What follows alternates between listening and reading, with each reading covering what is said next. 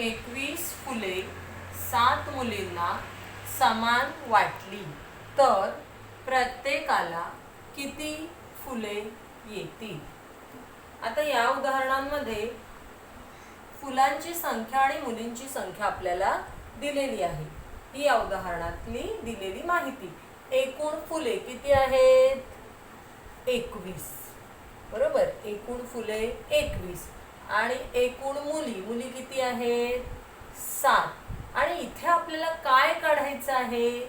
प्रत्येकाला किती फुले येतील, म्हणजेच या 21 फुलांचा आपल्याला गटात विभागणी करायची आणि ती सुद्धा समान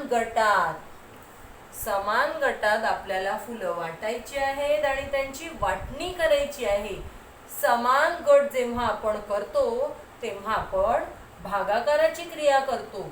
म्हणून 21 भागिले 7 म्हणजेच काय करायचं आपल्याला? 7चा पाढा 21 पर्यंत म्हणायचा. इथे 21 आणि इथे आहे 7. 21 हे झालं भाज्य, 7 हे झालं भाजक. आता 7चा पाढा 21 येईपर्यंत म्हणायचं. 7 एके 7, 7 दुणे 14, 7 त्रिक 21. म्हणून इथे लिहिले 3 आणि इथे लिहिले 21. किती उरली? बाकी उरली 0. भागाकाराला 3 म्हणजेच प्रत्येक मुलीला किती फुले येतील? 3 फुले येतील. किती फुले येतील? 3 फुले. इथे पूर्ण वाक्यात लिहायचं. प्रत्येक मुलीला 3 फुले येतील.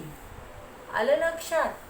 इथे जेव्हा प्रत्येकाला म्हणजे एकट्याला येणारी वाटणी काढायची असते तेव्हा आपण भागाकार करणार.